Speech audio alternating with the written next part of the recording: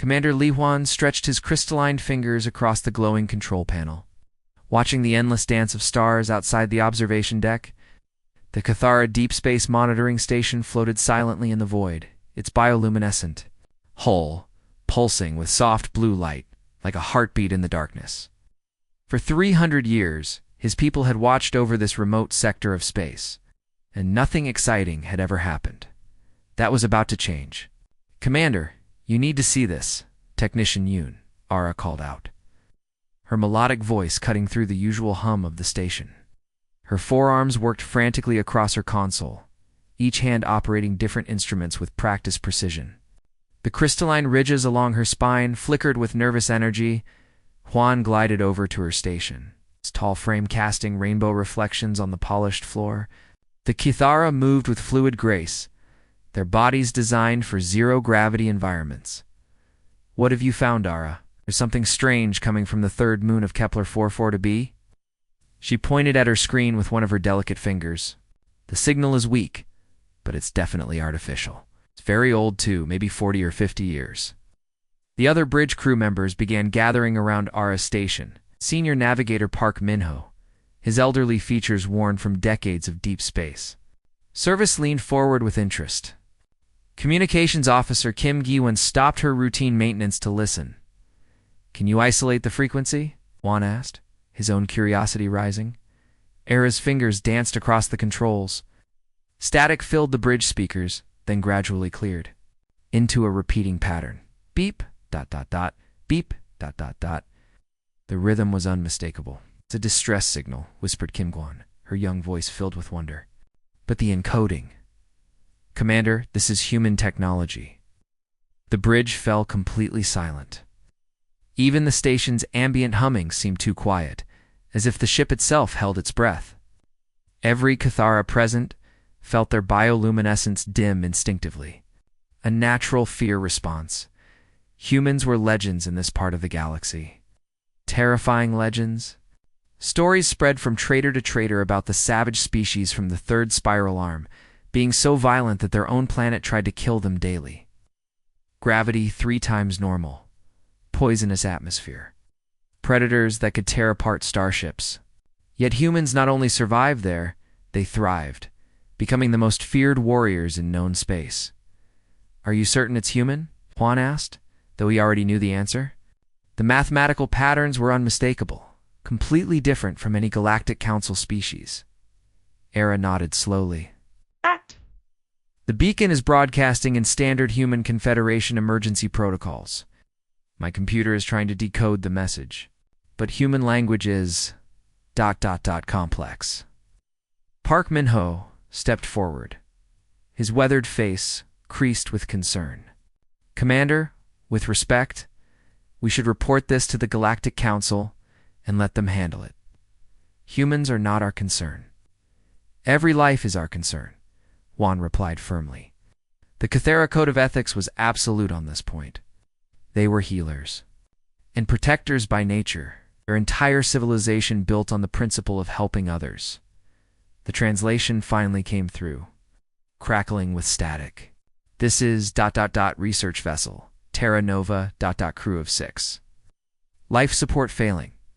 Anyone who receives this ... please help." Kim Ju-won gasped softly. "They're asking for help.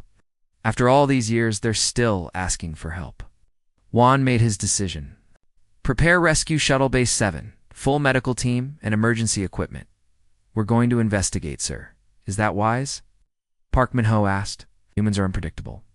Dangerous. What if this is some kind of trap, and we face that risk?" Juan answered. "But I will not let beings die while we debate politics." 2 hours later, Juan found himself aboard the rescue shuttle with a team of 5 specialists. The craft was small but efficient, designed for quick emergency responses.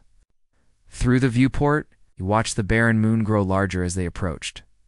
Kepler-44 to be single, quotes, S third moon was a dead world, pockmarked with ancient impact craters and covered in fine dust. Nothing had lived here for millions of years. Perfect place to crash and be forgotten. "There," announced pilot Lee Chae-young, pointing toward the largest crater. I'm picking up metal signatures. As they descended, the wreckage became visible. A human starship, sleek and angular in design, lay half buried in the crater floor. One wing had been completely torn away, probably during the crash. The hull was scored with micrometeorite impacts, showing just how long it had been here. Scanning. For life signs, reported Medical Officer Baysoman. Her specialized equipment could detect even the faintest biological activity. I'm reading 6 human biosignatures, extremely weak but stable. They appear to be in some kind of suspended animation. The shuttle touched down 50 meters from the wreck. Juan led his team across the dusty surface, their environmental suits, protecting them from the airless environment. Up close, the human ship was even more impressive. The engineering was completely different from Cathara technology, more robust and angular, built to withstand incredible stress. They found the airlock, sealed but functional. Li Chowing managed to interface with the human computer systems, though it took considerable effort. Their technology is so primitive, yet so effective, she muttered as she worked. The airlock cycled open with a hiss of escaping atmosphere. Emergency lighting cast eerie shadows throughout the ship's corridors. Everything was designed for beings much shorter than the Cathara, forcing them to duck as they moved through the passages. They found the crew in the ship's medical bay. All 6 humans sealed in cylindrical stasis pods. The machines were ancient, but still functioning, drawing power from emergency batteries that should have died decades ago. Human engineering was apparently more resilient than anyone realized. They're alive, Baysoman confirmed, running her scanners over the nearest pod. Barely, but alive. Need to get them back to the station immediately. As the medical team began preparing the stasis pods for transport, Juan explored the rest of the ship. The bridge was cramped but functional, covered with displays showing the ship's final moments. You could see where the crew had fought desperately to save their vessel. Jury-rigging systems and rerouting power until the very end. A personal log caught his attention. The recording showed a human female, her face streaked with exhaustion and determination. This is Dr. Kim Mingi, Chief Scientist of the Terra Nova. If anyone finds this recording, please know that we were conducting peaceful research when we lost engine power. We've done everything we can, but the ship is breaking apart. We're entering stasis in hopes that someone will find us. We have families waiting for us, children who need their parents to come home. Juan felt something twist. In his chest, these weren't monsters or warriors. They were explorers, scientists, people with families who loved them. As his team finished loading the stasis pods onto the shuttle, something unexpected happened. The ship's computer systems suddenly activated, displays flickering to life throughout. The vessel, an automated voice, began speaking in the human language. Emergency protocols activated. Rescue assistance detected. Broadcasting appreciation message to all available frequencies. What's it doing? Asked Li Chaoyun, but before anyone could answer, the ship's communication array powered up and sent a powerful signal streaming into space. Back on the shuttle, Kim Giwan intercepted the transmission and translated it in real time. Her face went pale as she read the message. This is Automated Beacon Alpha 7 aboard Human. Confederation Research Vessel Terra Nova. Cathara species has provided emergency assistance to stranded Human Confederation personnel. Crew of 6 rescued from Kepler 44 to B system. Coordinates 127.45 by 89.67 Cathara. Station identification Zatnine broadcasting this message. Repeating on all frequencies. Juan felt his crystalline exoskeleton chill with realization. The human ship had just announced to the entire galaxy that the Cathara had helped humans. It had broadcast their exact location, their station identification. Everything. How far will that signal reach? He asked quietly. Kim Giwan consulted her instruments. It's using quantum entanglement boosters. Yeah, the message. Will reach human space within hours, maybe minutes. As their shuttle lifted off from the dead moon, Juan stared out at the stars and wondered what he had just set in motion. According to galactic legend, humans never forgot a debt, and they never forgave a slight. But which category would helping them fall into soon? They would find out. The beacon was already racing across the void, carrying news that would change everything. The Cathara had just announced to the most feared species in the galaxy that they had rescued human castaways. What happened next would determine the fate of both civilizations. The massive holographic chamber of the Galactic Council buzzed with terrified energy as emergency signals flashed across hundreds of communication panels. Within 3 hours of the human beacon transmission, representatives from 47 different CSEs had materialized as shimmering holograms around the circular assembly hall. The air itself seemed to vibrate with panic.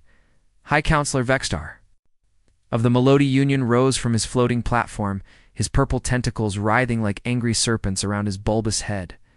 His species had evolved from ocean predators, but even they feared what lurked in human space. My fellow counselors, we face the gravest threat in galactic history. The Cathara have awakened the sleeping giant. Murmurs of agreement rippled through the assembly. The Zarian delegation clicked their mandibles nervously, while the gaseous Nephilim flickered with anxious colors. Everyone knew the stories about humans, though few had ever seen one in person. The transmission was intercepted by our deep space monitoring stations, continued Vextar, his voice rising to a shriek. Every human military outpost within 50 light-years now knows exactly where to find the Cathara. They know who helped, their people, and they know where we all live. Counselor Prime Kell of the Zentari Collective stepped forward, her metallic body gleaming under the chamber's lights. Her species had replaced most of their organic parts with cybernetic implants, centuries ago making them one of the most analytical races in the galaxy. I have run probability calculations on human response patterns. Based on historical data from the Terran Wars, there are only 2 likely outcomes. The chamber fell silent, except for the nervous chittering of the insect-like Vespid delegates. Scenario 1. Kell's mechanical voice continued. Humans enslave the Cathara as unwilling allies. They force them to provide intelligence on our military capabilities, trade routes, and defensive positions. Within a decade, human expansion consumes the entire sector. Several species began talking at once, but Kell raised her hand for silence. Scenario 2 is worse. Complete extermination of the Cathara species to prevent them from sharing knowledge of human weaknesses with the rest of us. Humans cannot afford to let anyone know they can be vulnerable. Ow. At the center of this chaos stood Commander Li Wan, his crystalline form much smaller than the towering alien delegates around him. His bioluminescence had dimmed to almost nothing, a sure sign of extreme stress in his species. He had been transported here via emergency quantum relay, leaving his rescued humans back at the medical station. Honored counselors, Wan began, his melodic voice barely audible over the growing hysteria. My people acted according to established galactic rescue protocols. We found 6 dying beings and provided aid. This is what civilized species do. Civilized species survive by avoiding predators, screeched Ambassador Zorkic of the Avian Confederation, his feathers ruffling with agitation. Humans are apex, predators from a death world that produces nothing but warriors and weapons. They have never shown mercy to anyone. Elder Mistrix of the Ancient Flowing Ones, whose species predated most galactic civilizations, spoke in whispers that somehow filled the entire chamber. In our archives, we have records of the human-Kree conflict. Humans landed on a planet with gravity that should have crushed them, atmosphere that should have poisoned them, and fought a war for 6 months without resupply. They won by eating their enemies. The chamber erupted in horrified gasps. Even the usually calm Sage Emperor of the Titan Mines looked disturbed by this revelation. They turned their own moon into a weapons testing ground, added Vextar, his tentacles now whipping frantically. They detonate nuclear devices for entertainment. Their children play games that simulate galactic conquest. This is not a species that understands mercy. But they were researchers, Juan protested weakly. Scientists conducting peaceful exploration. Human scientists developed biological weapons that can wipe out entire ecosystems, Kell stated coldly. Their peaceful research vessel probably carried enough firepower to level a city. Humans do not separate their military from their civilians because every human is a potential soldier. The Trilaxian representative, speaking through a translation device that made his words sound like grinding metal, offered a different perspective. Perhaps we should consider immediate evacuation of the border sectors if we abandon this region. Of space, the humans might be satisfied with just taking Cathara territory. You want to sacrifice my people to save yourselves? Juan's bioluminescence flared with anger for the first time. It's better one species than all of us, Kel replied without emotion. You have exactly one option to prevent galactic catastrophe. Dump those 6 humans in deep space before their fleet arrives. Let them die in the void, and maybe their military will assume it was a natural disaster. Absolutely not. Juan's voice carried a strength that surprised even himself. We will not murder helpless beings to satisfy your cowardice. The council chamber exploded into chaos. Species began shouting accusations, demands, and threats in dozens of different languages. The translation systems overloaded, creating a cacophony of electronic noise. Through it all, emergency alerts continued flashing on the communication boards. Border worlds were already evacuating. Trade routes were closing. Military forces were mobilizing not to fight the humans, but to flee from them. Meanwhile, 200 light-years away on the Cathara homeworld, a very different scene was unfolding. The crystalline cities gleamed under their sun's gentle light as medical teams worked around the clock to save their unusual patients. Captain Park Dae-yoon stood in the medical center's observation deck, watching through reinforced windows as Cathara doctors tended to the 6 human stasis pods. The pods themselves were marvels of engineering. Maintaining life with technology, the Cathara were only beginning to understand. How are they responding to treatment? Asked Dr. Songhound, the facility's chief physician. It's better than expected. Daeon replied, their biology is remarkably resilient. Decades in stasis should have caused massive organ damage, but they're actually healing. The first pod had opened an hour ago, revealing Dr. Kim Mingi, the expedition's lead scientist. She was smaller than expected for a human, with dark hair and intelligent eyes that held no trace of the savage nature the galaxy attributed to her. Species, your people saved us, she had whispered when she first saw the Cathara medical team. Her voice carried genuine gratitude, not the cold calculation they had been warned about. Admiral Cho Yun-ho will want to thank you personally when he arrives. Those words sent chills through every Cathara present. And an admiral was coming. Not just any military officer, but one of the high-ranking commanders who had fought in the legendary human wars. Dr. Song approached the observation window nervously. Captain, should we restrain them in case they become violent when they fully recover? Daeon considered this. Everything they had been told suggested humans were unpredictably dangerous. But watching Dr. Minji interact with the medical staff, he saw only curiosity and gratitude. Us. She asked questions about Cathara physiology, complimented their medical technology, and even attempted to learn some words in their language. No restraints, he decided.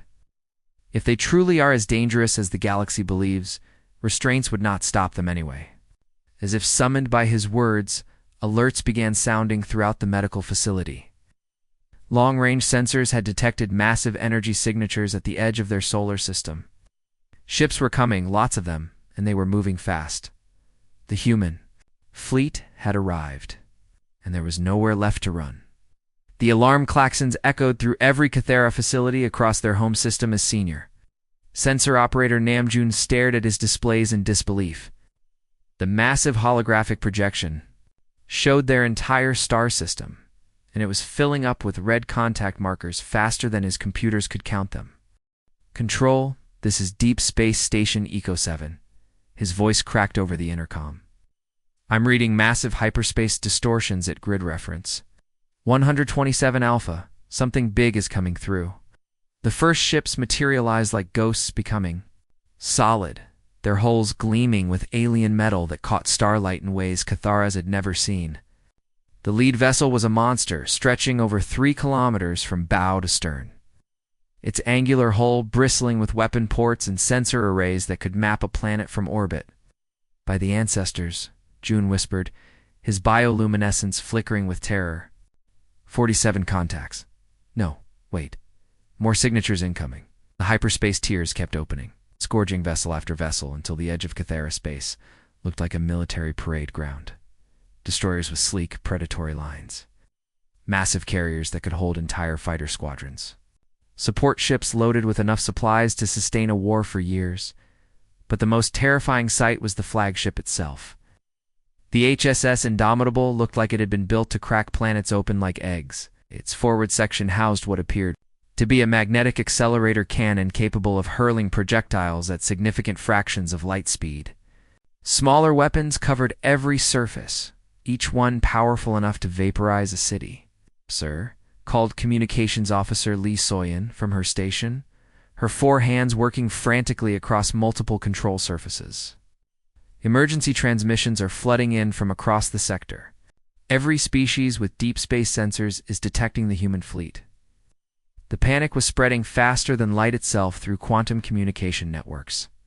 The Melody Union was evacuating their border colonies. The Zentari Collective had recalled their entire exploration fleet. Even the mighty Zarian Empire was pulling their forces back from the region on the Cathara homeworld below. Billions of crystalline beings looked up at their night sky and knew their time had come. Ow. The orbital defense platforms were laughably inadequate against what was approaching. Their entire military consisted of patrol boats and rescue vessels designed for peacekeeping, not warfare. Prime Christarch Bay Soman stood in the planetary command center, surrounded by her advisors and military leaders. Her bioluminescence pulsed, with the slow, steady rhythm that indicated deep thought and acceptance of fate.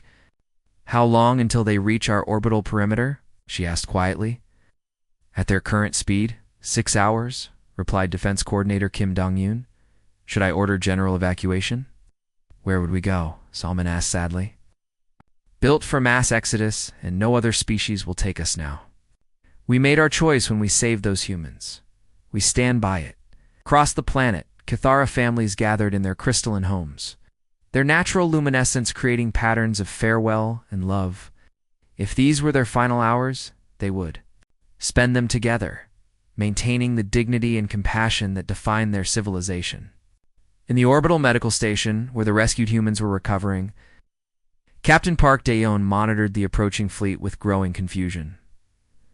Dr. Kim Menji had insisted on joining him in the observation center despite her weakened condition from decades in stasis. "They're not approaching like a conquest fleet," Daeon observed, studying the tactical displays.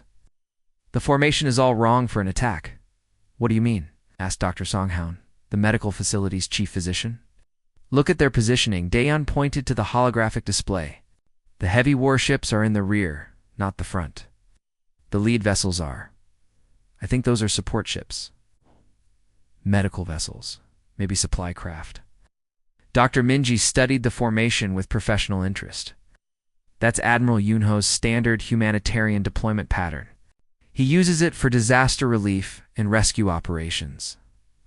The Cathara officers exchanged glances. This made no sense according to everything they had been told about human military doctrine. "Lieutenant Songhoun, monitor their weapon systems," ordered Daeon. "Any sign of targeting locks or charging weapons?" Minutes passed in tense silence as the human fleet drew closer. Then Song looked up from her console with amazement. "Sir, their weapons are completely powered down. Energy signatures indicate they're running on minimum power settings across all combat systems." "That's impossible," whispered the station's security chief, Commander Yoon Kung-soo. "No military force approaches potential enemies with cold weapons." The fleet continued its steady approach, maintaining perfect formation and standard peaceful contact protocols. When they reached communication range, something unprecedented happened. The lead vessel, now clearly identified as the flagship HSS Indomitable, broadcast on diplomatic frequencies rather than military channels. The universal translator struggled with the complex human language patterns before finally producing clear audio. "Cathara Command? This is Admiral Cho Yunho of the Human Confederation Fleet. We received your beacon transmission regarding aid provided to our research vessel. Terra Nova, we come in peace to honor those who showed mercy to our people in their time of need." Every Cathara present felt their bioluminescence dim with shock. The words were formal, respectful, almost ceremonial in tone. Request permission for diplomatic approach and formal recognition ceremonies. The transmission continued. We're bringing medical supplies, technological gifts, and cultural exchange materials as tokens of our gratitude. Commander Juan, who had been transported back from the Galactic Council emergency session just hours before, stared at the communication board in confusion. This cannot be real. Where are the demands, the threats, the ultimatums? The holographic display activated, showing Admiral Yunho's face for the first time. He was clearly a veteran warrior, with scars across his weathered features that spoke of countless battles, but his expression held no menace, no cold calculation. Instead, there was something the Cathera had never expected to see in human eyes: genuine gratitude. We understand this contact may be unexpected, Yunho continued, his scarred face softening slightly. Your species is the first we have encountered in this region of space to show kindness to humans without expecting something in return. This act of selfless compassion deserves recognition and reciprocation. Dr. Minji moved closer to the screen, tears forming in her eyes, as she recognized her old friend and commanding officer. He came personally, she whispered. Yunho brought the entire 3rd Humanitarian Fleet. Dayon asked in confusion. The Admiral specializes in disaster relief and rescue operations, Minji explained. These ships aren't here to conquer anyone. They're here to help. To say thank you. The implications hit the Cathara command staff like a physical blow. Everything the Galactic Council believed about humans was wrong. They were not savage conquerors coming to enslave or destroy. They were grateful. Cathara Command, please respond. Admiral Yunho's voice carried a note of concern. We detect elevated stress readings from your population centers. We want to assure you that we mean no harm. We're here to celebrate what your people did for ours. Juan found his voice at last, though it trembled with emotion. Admiral Yunho, this is Commander Li Wan of Cathara, Deep Space Operations. We welcome your peaceful approach. Permission granted for diplomatic contact. As the human fleet adjusted course toward the inner system, maintaining their non-threatening formation and peaceful intentions, a revolution in galactic thinking had just begun. Tick. Everything the galaxy thought it knew about humanity was about to be turned upside down. The monsters from the Deathworld had come not with fire and conquest, but with gifts and gratitude. And for the first time in galactic history, someone was about to discover what humans were really like when they weren't fighting for their lives. The sleek human shuttle descended through Cathor's crystalline atmosphere like a silver needle threading through rainbow clouds. Every citizen of the capital city had gathered to witness this historic moment, their bioluminescent bodies creating waves of nervous light across the sprawling metropolis. The diplomatic spaceport, normally used for peaceful trade missions, had been hastily converted into a first contact facility. Admiral Cho Yuno's shuttle touched down with barely a whisper, its advanced engines making the Cathora's own technology look primitive by comparison. The craft was elegant yet functional, bearing the symbols of the Human Confederation, but no visible weapons. 2 escort fighters circled overhead, but even they maintained respectful distance rather than aggressive patrol patterns. Commander Li Huan stood at the head of the Kithra delegation, his crystalline form reflecting the morning sunlight in brilliant cascades of color. Beside him, Prime Christarch Base Omen represented the highest authority of their civilization, her ancient wisdom evident in the deep blue glow that emanated from her core. They had prepared for this moment with military protocols, evacuation plans, and even final speeches of defiance. Instead, they witnessed something that would change galactic history forever. The shuttle's ramp descended with a soft hiss, and Admiral Yunho emerged into the alien sunlight. He was tall by human standards, his weathered face marked with scars that spoke of countless battles, but his posture held no aggression. His dark blue uniform was decorated with medals and ribbons, but these were honors for rescue operations, peacekeeping missions, and humanitarian service rather than conquest tallies. Behind him came not the expected army of soldiers, but a diverse group of specialists. Dr. Lim Jisoo, the fleet's chief medical officer, carried advanced healing devices instead of weapons. Engineer Captain Han Minho held data tablets containing terraforming technology rather than invasion plans. Ambassador Lee Chai-yung led a team of cultural attaches bearing gifts from dozens of human worlds.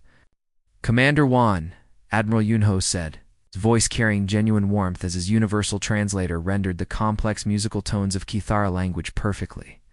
On behalf of all humanity, I thank you and your people for saving our research. Team, your act of kindness will never be forgotten. The simple words hit the Kithara delegation like a physical force. Prime Crystarch Summon's bioluminescence flickered with confusion and relief. They had expected demands for tribute, threats of conquest, or cold military ultimatums.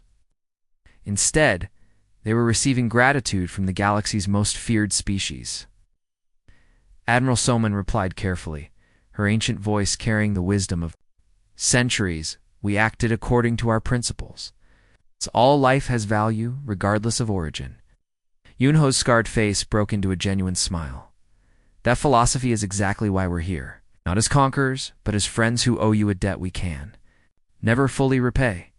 What followed was the most extraordinary diplomatic exchange in galactic history. The human delegation didn't demand anything from the Kithara. Instead, they offered gifts that seemed almost too generous to believe. Dr. Lim Jasu approached with a collection of medical devices that hummed with advanced technology. We analyzed the medical scans your doctors performed on our people, she explained, her voice filled with scientific excitement. We've adapted our cellular regeneration technology specifically for Kithara physiology. These devices should extend your natural lifespan by several centuries and eliminate most genetic diseases affecting your species.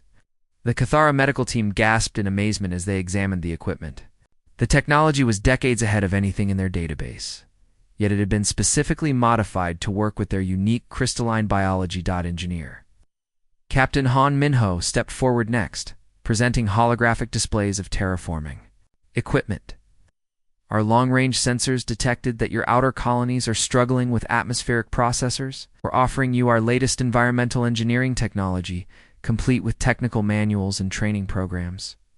No payment required, no strings attached. Prime Crystarch Soman felt her bioluminescence pulse with disbelief. The terraforming technology alone was worth more than her entire civilization's annual production. This is incredibly generous. What do you ask in return? Nothing, Yuneho replied firmly. You saved our people when you could have ignored their distress call. That act of selfless compassion deserves recognition, not exploitation. Ambassador Lee Chai-yung approached with her cultural exchange team, their arms filled with art, literature, and music from hundreds of human worlds. We've brought samples of human culture from across our space, she explained enthusiastically. But more importantly, we want to learn about your civilization, your art, your music, your stories. We believe cultural exchange benefits everyone involved. As the formal ceremonies continued, something beautiful began happening. Kithara children, curious and unafraid, approached the human visitors with questions about their strange technology and distant worlds. Human specialists knelt down to their level, answering with patience and wonder, sharing holographic images of Earth's oceans, forests, and cities. Dr. Kim Minji, now fully recovered from her decades in stasis, served as a bridge between the two species. She had spent the past week learning Kithara, customs, and language, preparing to help facilitate this historic meeting. Admiral Yunho specifically requested to lead this mission, she explained to Commander Wan during a quiet moment. When he learned that an unknown species had risked everything to save 6 human researchers, he said it was the most important diplomatic contact in human history. The real breakthrough came during the evening banquet when Prime Crystarch Soman finally asked the question that had been troubling her people since the fleet's arrival. Admiral, we must ask. The Galactic Council warned us that humans would either enslave us as unwilling allies or destroy us to prevent intelligence leaks about human weaknesses.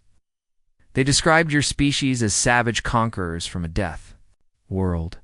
Admiral Yunho's expression darkened, and for a moment, the Kithara delegation glimpsed the warrior that lurked beneath his diplomatic exterior. "What kind of monsters do they think we are?" he asked quietly, his voice carrying a dangerous edge. "They base their assessment on military reports and combat footage," Juan explained carefully. How the only interactions other species have had with me? Humans involved warfare or territorial disputes.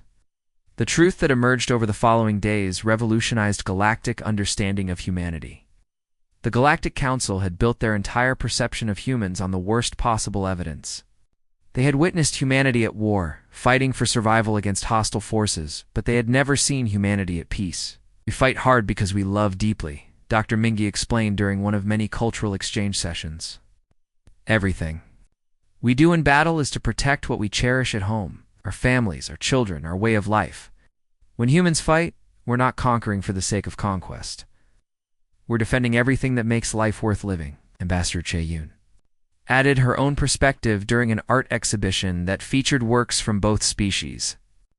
Human culture is built around the concept of community and mutual support. We take care of our own, but we also extend that care to anyone who shows us genuine kindness. Your people saved 6 humans they had never met, asking nothing in return. To us, that makes you family. The week-long cultural exchange revealed the true nature of human civilization. They were not the savage monsters of galactic legend, but a species that valued loyalty, courage, and compassion above all else. They were fierce in war because they were passionate in peace. They protected what they loved with the same intensity, that they embraced friendship and cooperation as the human fleet prepared to depart. Admiral Yunho made one final address to the assembled Cathera leadership. "Your species is the first we have encountered in this galaxy to show us simple kindness without expecting something in return. You risked political isolation and potential destruction to save 6 humans you had never met. This is the kind of character we respect above all else." The alliance formed between humans and Cathara that week would reshape galactic civilization.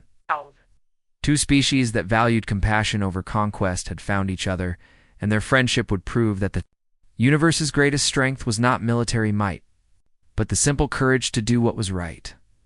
The grand ceremony hall on the Cathara homeworld sparkled with crystalline formations that had been growing for centuries, each one carefully shaped to create perfect acoustics for this historic moment. Representatives from across the galaxy watched as Admiral Cho, Yunho, and Prime Kristarchbe Soman approached the ceremonial podium. Carrying the most important document in galactic history, the Cathara Human Accord wasn't just another diplomatic treaty. It was a blueprint for a new kind of civilization, one built on mutual respect and genuine friendship rather than fear and competition.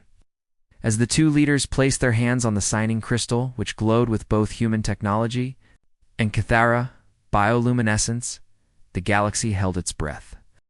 "Today we prove that the universe's greatest strength lies not in weapons or walls, but in the courage to extend friendship to strangers," Admiral Yunho declared, his words broadcast to billions of beings across known space. Prime Kristarch summons. Response resonated through the hall with the musical tones of her ancient species. "We have learned that true power comes from lifting others up, not tearing them down. This accord marks the beginning of a new age for all sentient life." The effects of their alliance rippled through galactic civilization like waves across a cosmic ocean. Within months, the transformation was undeniable. Cathara colonies that had struggled for decades with failing infrastructure suddenly thrived. With human engineering support, diseases that had plagued their outer settlements for generations vanished overnight thanks to human medical advances. But the real revolution happened in the depths of space, where the first joint exploration vessel prepared for its maiden voyage. The Harmony was a marvel of combined technology.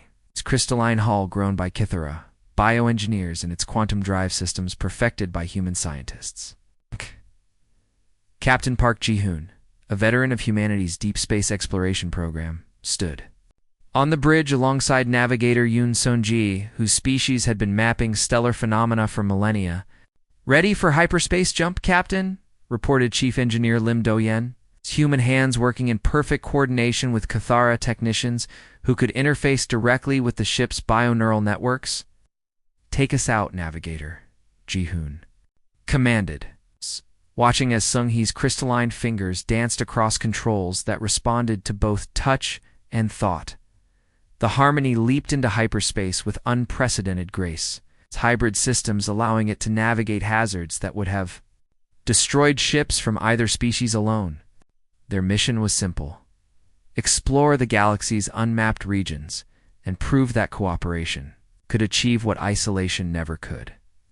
Meanwhile, in the Galactic Council chambers, emergency sessions had taken on a dramatically different tone. "Hi." Counselor Vexstar of the Maladai Union stood before his peers, his tentacles no longer writhing with panic, but moving with thoughtful consideration. "Fellow counselors," he began, his voice carrying none of the hysteria that had marked their previous meetings. "We have received the quarterly reports from Cathara Space. The results are ... extraordinary." The holographic displays showed economic data, medical statistics, and technological advancement charts that seemed too good to be true. The Cathara hadn't been enslaved or destroyed by their human allies. Instead, they were experiencing a golden age of prosperity and scientific achievement. Their asteroid mining operations have increased efficiency by 400% using human extraction techniques. Vexstar continued. Their life expectancy has improved by an average of 2 centuries, thanks to human medical technology. Their outer colonies are not only self-sufficient, but producing surplus resources for the first time in their history. Counselor Prime Kell of the Zentari Collective processed this information through her cybernetic implants, her analytical mind struggling to reconcile the data with her previous assessments.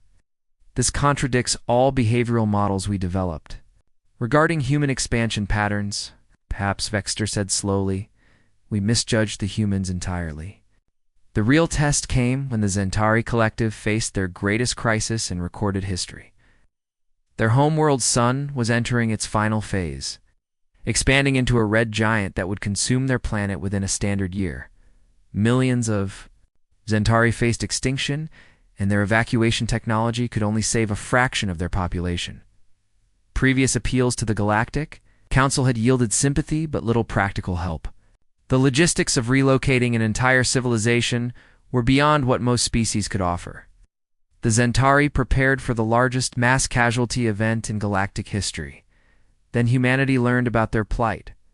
Admiral Yunho didn't arrive with his usual 47 ships. Instead, the largest rescue fleet in galactic history materialized at the edge of Zentari space. 300 vessels of every conceivable type, hospital ships, transport vessels, construction platforms, and mobile habitats. The Human Confederation had mobilized everything they had. Zentari Command, this is Admiral Yunho. His voice carried across subspace to every receiver in the system. We're here to help. No one faces extinction alone while humanity draws breath. Followed was the most massive rescue operation in recorded history. Human engineers worked alongside Zentari scientists to develop new evacuation technologies. Massive cargo haulers were converted into temporary cities, housing hundreds of thousands of refugees. Human colonies across their territory opened their doors to Zentari families, offering not just shelter, but genuine welcome. The medical challenges were staggering. Zentari physiology, with its cybernetic implants and metallic components, reacted badly to stellar radiation. Human doctors worked around the clock, developing new treatments and surgical techniques to help Zentari adapt to their new homes. Dr. Shin Yuchin, leading the medical relief effort, established field hospitals on a dozen worlds. Treating radiation sickness, she explained to her mixed human Zentari teams. We're helping an entire species rebuild their lives. This is what we do best. The operation took 6 months, but when it was complete, not a single Zentari life had been lost to their dying sun. Entire populations found new homes among the stars, supported by human technology and welcomed by human communities. At the fleet departure ceremony, Counselor Prime Kell stood before Admiral Yunho, her metallic features showing emotions that her cybernetic implants had never been programmed to display. We understand now, she said, her mechanical voice carrying unprecedented warmth. Humans are not monsters. You are simply intensely human. You love as fiercely as you fight. Protect as passionately as you explore. The transformation of galactic civilization accelerated after the Zentari rescue. Species that had spent millennia in cold, calculated diplomacy suddenly discovered the power of genuine friendship and mutual aid. The Harmony's exploration missions became joint ventures with dozens of species, each bringing their unique strengths to the quest for knowledge. Years passed and the galaxy became a very different place. Commander Li Huan, now promoted to Director of Interspecies Relations, stood in his office, overlooking the capital city's newest district. Parks filled with playing children from a dozen different species stretched as far as his enhanced vision. Could see human children chased Cathara younglings whose crystalline forms sparkled with laughter. Zentari adolescents taught Maladi youth to operate holographic games while Zarian hatchlings practiced their first words in multiple languages. The sound of their play crystalline chimes, mechanical harmonics, musical trills, and warm human laughter created a symphony that no composer could have imagined. "You were right to save them," said his aide, Lieutenant Song Haun, joining him at the window to watch the beautiful chaos below. "No," Juan replied, his bioluminescence pulsing with deep contentment. "They saved us. All of us. They showed the galaxy that strength without compassion is just brutality, but compassion with strength can reshape the universe itself." The galaxy had learned its greatest lesson. The most dangerous thing about humans wasn't their capacity for war, but their infinite capacity for friendship. And friendship, as it turned out, is the most powerful force in the universe. In the research facility where it all began, Dr. Kim Mingi worked alongside her Cathara colleague, Research Director Nam Tae-young, developing new technologies that would benefit all sentient life. Their latest project was a quantum communication network that would allow instant contact between any worlds in the galaxy, ensuring that no species would ever face crisis alone again. "Thank you," she whispered to her crystalline friend as they watched the first successful test transmission for not ignoring our SOS all those years ago. "Thank you," he replied, his bioluminescence warm with friendship, "for showing us that sometimes the best response to kindness is simply more kindness. The universe had become a kinder place, one rescue at a time." The end.